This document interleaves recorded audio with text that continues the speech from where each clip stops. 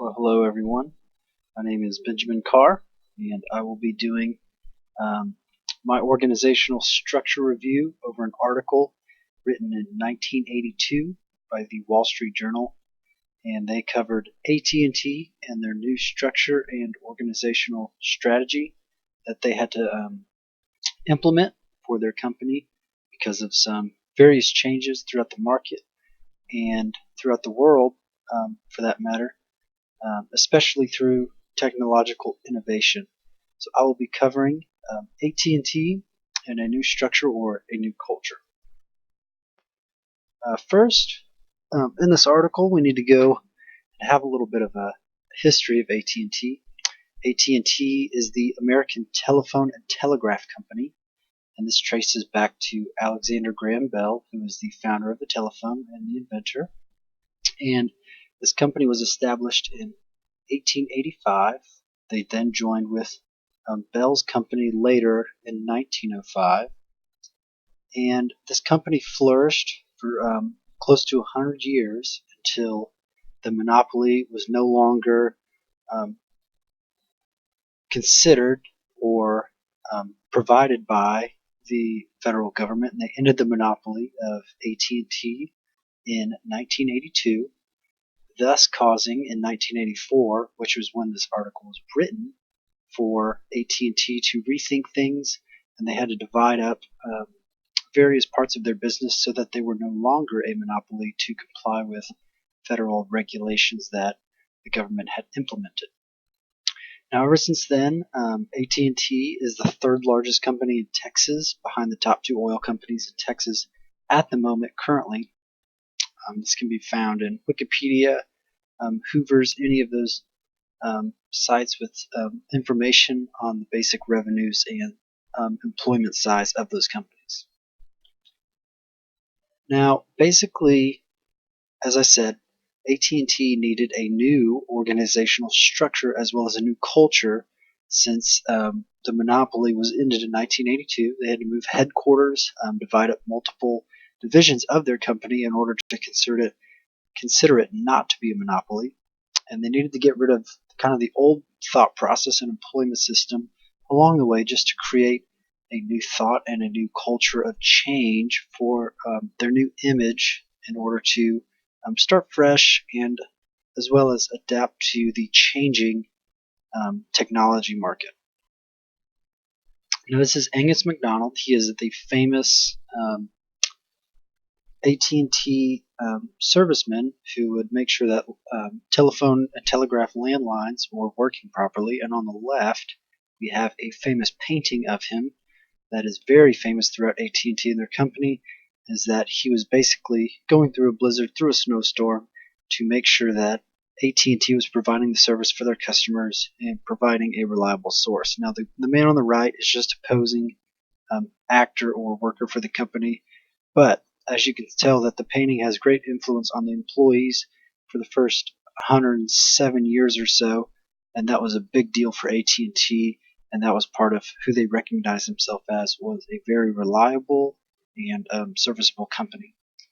Now, many of the AT&T employees up until this point of the monopoly ending had this painting on the left posted everywhere in offices, on windows and doors, and so that was one of the steps that AT&T had to make in order to change the culture and strategy of AT&T themselves, is to get kind of rid of this old image and not necessarily forget about the painting itself, but to kind of move on from the thought process of we're the servicemen on the ground making sure it's reliable, but rather to a strategy where we provide great customer service and great products while also being reliable.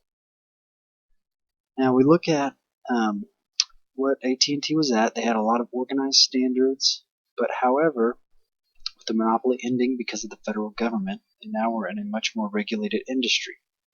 This is where they realized that they needed the necessity of change. Now we look at their original hierarchy. This is what I concluded from the article, is that basically they have a high management, and then everybody below that is physical labor. So they're either doing sales, they're either servicing, or they're either producing. Now sales can be anybody, just regular salesmen, filling out paperwork, filling out protocol for whatever needs to be done, servicemen, the people on the ground making sure landlines are working, and then production, those in the factory creating these things such as cables, phones, telegraphs, etc. Now this had happened and worked well for the first 107 years, but now it was time for a change as the market was changing and also people's skills were changing. And we see a few issues with this. Like I said, um, when we're dealing with a new competition in the new market, we have to change in order to adapt for that, in order to increase our sales, our productivity, and our image. So in AT&T's case, we saw an inability for an employee to make good decisions because they were always under protocol or under a strict type of employment basis that only allowed them to do certain things. They were very flatline, level-based when it came to servicing and providing for customers. These strict methods, like I said, if someone had to go out and fix a landline, that's what they did. They didn't look to further serve the customer in any other way. They just looked to make sure that they were reliable. And also, since very few people are giving input on what the company can do to improve its methods or improve its technology, innovation can be a bit slow and inefficient when only few people are giving it thoughts instead of multiple people throughout the company who are actually on the ground or experiencing the issues themselves. Now, AT&T went through some solutions, and higher management had to kind of think this through. Once again, this is in the 80s, so this is further back in time. However, we can still draw some organizational structure changes through what they have done. And so some of the ways that they can change their structure is found in their management and what they thought of.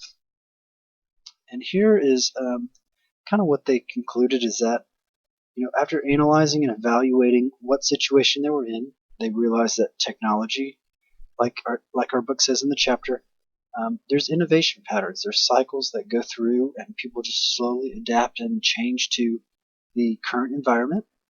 There's a lot of competition in these patterns, and also that they had to realize that they needed the change, because without realizing and accepting the fact that you have to change, you're being stubborn and you're not accepting that, and you're never going to change until you give into the fact that you need to change. Now, AT&T had to consider these cycles, analyze their patterns, why, how, when, where. These questions helped them narrow down their focus into what they needed and what they wanted in their new structure.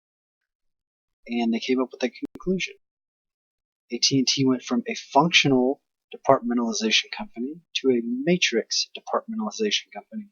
Now the functional was there was management and there was workers. The workers would do sales, service, and production. They would do what they were supposed to do, clock in and out, no questions asked. It was day-to-day basis. They did what they needed to do. But now they were in a more matrix departmentalization, meaning they have people who create products as well as service the products and sell the products. So when selling the products, they might have a little bit of service in there. They might have a little bit of tweaking of the product. They might have a little bit of promotion of the product. So they're definitely empowering their employees more to do what they are pleased to do, and that is to help the company and express their ideas, anything that can help the company overall. This is much more efficient and effective than just simply the functional departmentalization, especially for a changing culture in the technology market. And we know this through the empowerment of employees, the integration of employees and product innovation, like I said, and the increase of service and sales representatives who intermingle with higher employees. So we see much more of a freedom to reign and do as they please for the company's betterment, of course. And so we come to our conclusion of how did AT&T do, in our opinion, on their change of their organizational structure.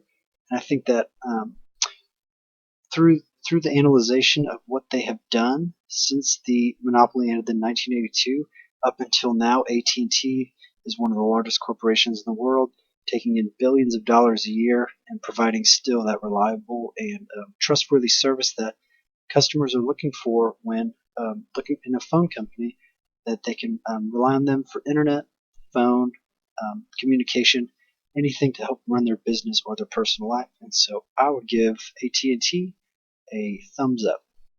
So Thank y'all for listening and thank you for watching. Hope you guys found this article interesting, and have a great day.